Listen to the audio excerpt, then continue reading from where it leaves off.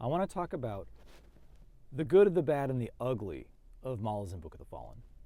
I want to help you decide if Malazan Book of the Fallen is for you. I've read the main 10 books. They're each almost 1,000 pages plus. The good of Malazan is it is the most immersive fantasy world I've ever read. Or at least it competes with some of the greats. You open those pages and you are immediately dropped in. There is no narrative hand-holding. You're immersed in the world. You're immersed in the characters right away. The world is expansive. It kind of almost never ends. You start in a city called Darhujistan, and you're dropped in, and you're like, "What is going on? Who are these characters? What should I care about? What are the stakes? I don't know. There's mages. There's battling. I don't really know. I guess I'll just keep going with this." The author opens up to new worlds, new continents, new characters, new tribes, new armies, new kingdoms, new queens, new kings, new gods, new warrens. It never ends. Another good of Malazan Book of the Fallen is the characters are they're masterpieces. They're phenomenal. They're amazing. They have incredible names. Enamanda Rake, Whiskey Jack, Calendar Brood. They're just Tattersall, Aganos Perrin. These characters you get to know up front, and they're so epic. They have so much epic history, and they have so much weight. Their actions matter so much. Not so much their words, it's what they do. Many of the character interactions and dialogue are very restrained, and it's what they do. It's when they act that epic things happen at the end of each book and at the end of the series. Another good is the plot. Now, the plot can get a little ethereal, and I'll get into that with the bad, but the plot and the plot directions of each book and how they kind of puzzle in together and how they fit together is really phenomenal. And the plot progressions are they're really amazing. The overall plot progression from book to book really carries you away. Just when you think you're done or you're about to have a resolution of a plot, an entire new subplot starts on an entire new continent, and you're taking a detour for 1,000 pages to explore that. Lastly, the prose is just phenomenal. The way it's written, the way the story is told is very good.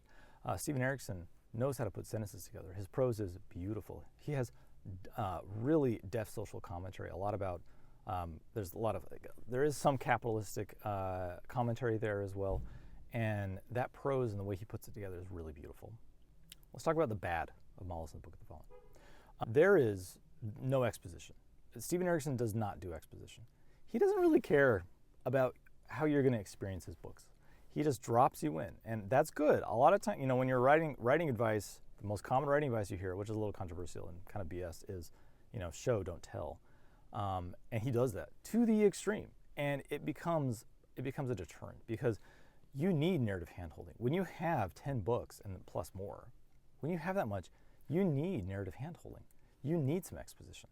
But Erikson will drop you in a scene, and you don't know who the character is. You don't know if it's a street rat, who the POV you're looking through, or if it's a god. This happens constantly, and you're confused a lot.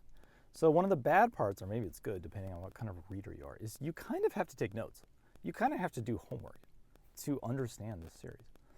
I was looking up wiki fandom constantly because, as I said, 3 books will go by and you didn't see a character, and you're like, "Who is this? What are they doing?"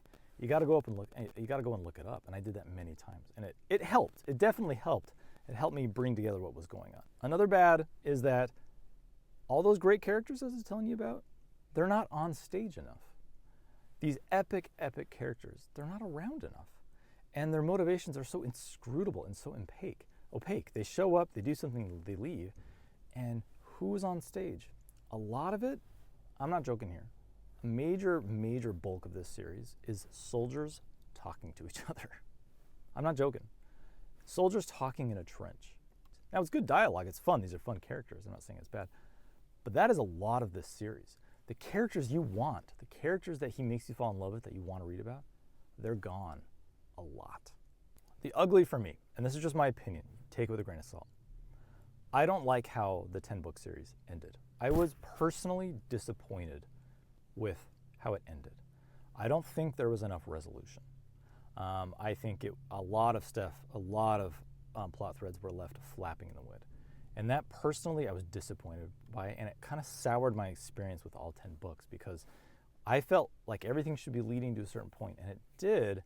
It felt kind of ad hoc and tacked in, and I don't like how it resolved. Dust of Dreams particularly, were such a slog. Such a slog. And there was too much world building at the end. He's just opening up new worlds. You want resolution, and what's he doing? He's giving you new continents, new kingdoms, and new dimensions, new Warrens. It's too much. It became too much at the end for me. I hope I haven't scared you off, but that is my honest take about the series, broad strokes. Is it the best fantasy series ever written? No, it's not. It could have been, but it failed on a couple of counts. Is it one of the best? Absolutely. It's in my top 10 favorite completed fantasy series. I do consider it complete, even though there's more additional books that keep coming out. I think the first 10, it is fairly complete. Although I just said the resolution bothered me, but it does have arcs, and those 10 books, you can read it, and it does have a completeness to it.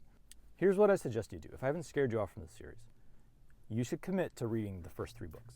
Make it to Memories of Ice. And finish Memories of Ice. Why? Number one, Memories of Ice is probably the best book in the series. If you finish Memories of Ice and you hate the series, this series is not for you. That's your litmus test, is Memories of Ice. Anyway, I hope I haven't scared you off. I hope I haven't made enemies with the Malazan Puritans. I hope this helps you with your journey. You can follow me, subscribe, go to my website. It's wickwelker.com. I'm an author. I write sci-fi. I write science fantasy. You can check out my work. No pressure, but check it out if you'd like. I'm also a medical doctor. I have a podcast, a medical podcast called ICU Doc Talk, where I talk about critical care and anesthesiology and many different topics. You can check that out. I also talk about books on my podcast, nonfiction and fiction and sci-fi and fantasy and things like that. You can take a look at that. But yeah, subscribe, follow along. Thank you for joining me. I'll see you next time.